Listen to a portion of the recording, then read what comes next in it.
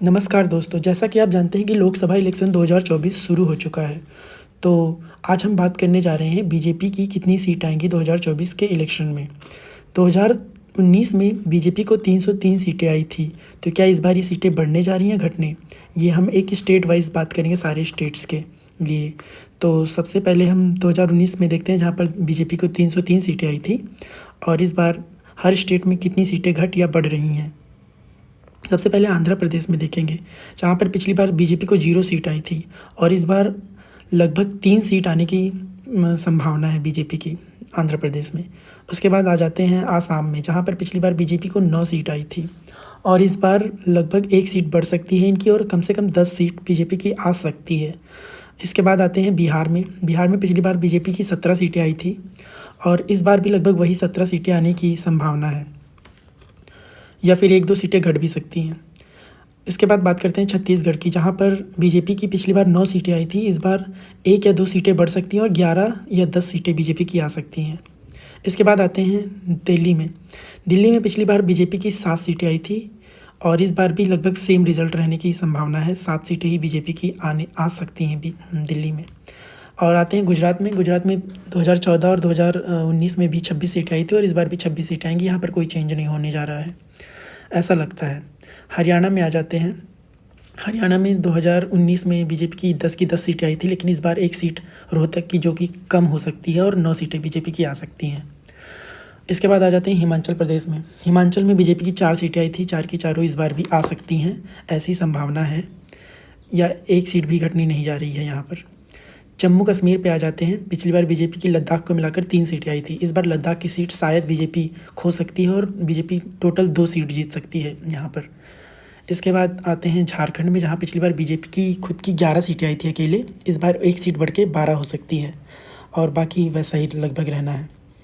इसके बाद आ जाते हैं कर्नाटका में, जहाँ पर इस बार बीजेपी काफ़ी टफ फाइट में, पिछली बार आई थी 25 सीटें, इस बार कम से कम 3 सीट बीजेपी लूज़ कर सकती है और बीजेपी की 22 सीटें आ रही हैं कर्नाटका में, ऐसा लगता है। केरला में, जहाँ पर बीजेपी का खाता नहीं खुला था पिछली बार, इस बार भी कम से कम 1 सीट बीजेपी की आ सकती है, जो कि थ्रिसूर या तिरुवनंतपुरम में से कोई एक हो सकती है। मध्य प्रदेश में पिछली बार 28 आई थी, छिंदवाड़ा सीट बीजेपी को नहीं मिली थी, इस बार भी लगभग वैसा ही रिजल्ट रहने की पूरी संभावना है। इसके बाद आते हैं महाराष्ट्र में।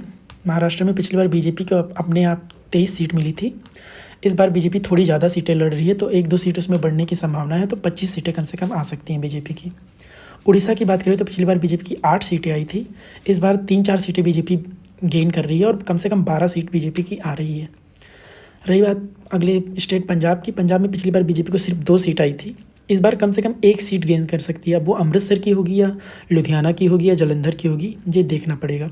कम से कम 3 सीटें लेकिन आएंगी। राजस्थान में इस बार काफ़ी टफ फाइट है, बीजेपी को पिछली बार 24 सीटें आई थी, इस बार 2 या 3 सीटें घट सकती हैं और 22 सीटें बीजेपी आ सकती है कम से कम। तमिलनाडु में बीजेपी पिछली बार 0 सीट आई थी, इस बार कम से कम 1 या 2 सीट बीजेपी की गेन हो सकती है, तो इसीलिए हमने 2 सीट दिया हुआ है।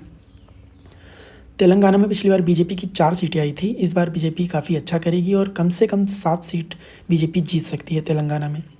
अब आते हैं देश के सबसे बड़े राज्य उत्तर प्रदेश में। यहाँ पर पिछली बार बीजेपी को 62 सीटें आई थी, इस बार कम से कम बीजेपी 8 सीट गेन कर सकती है और कम से कम 70 सीटें बीजेपी ला सकती है इस बार। उत्तराखंड जो पड़ोसी राज्य है, वहाँ पर जो 2014-2019 में 5 की पाँचों सीटें आई थी, इस बार भी वही सीटें रहने की संभावना है। इसके बाद आ जाते हैं मेन स्टेट, जो कि है वेस्ट बंगाल, जहाँ पर पिछली बार बीजेपी को 18 सीटें मिली थी, इस बार बीजेपी काफ़ी गेन कर रही है और कम से कम 25 सीटें बीजेपी वेस्ट बंगाल में लेके आ सकती है। ओवरऑल टैली बीजेपी की 334 प्लस माइनस 10 यानी 225 से 245 तक रह सकती है बीजेपी की टैली। इस बार हम बात करेंगे कांग्रेस को कितनी सीटें आएंगी। पिछली बार उसे 52 सीटें आई थी। सबसे पहले जिस स्टेट की बात करने जा रहे हैं वो है आसाम। यहाँ पर पिछली बार कांग्रेस को 3 सीटें आई थी, इस बार कम से कम 2 सीटें आ सकती हैं। इसके बाद आते हैं हरियाणा में। पिछली बार यहाँ पर कांग्रेस को 0 सीट आई थी, इस बार 1 सीट रोहतक की कांग्रेस को मिल सकती है। इसके बाद आते हैं दूसरे सबसे बड़े राज्य महाराष्ट्र की, जहाँ पर पिछली बार कांग्रेस को 1 सीट मिली थी, इस बार ये सीट 1 बढ़ सकती है और कम से कम 2 सीट कांग्रेस को मिल सकती है। अब आते हैं तमिलनाडु पे। तमिलनाडु में पिछली बार कांग्रेस को 8 सीटें मिली थी, इस बार कम से कम 7 सीटें मिल सकती है कांग्रेस को, जो कि डीएमके के साथ गठबंधन में है।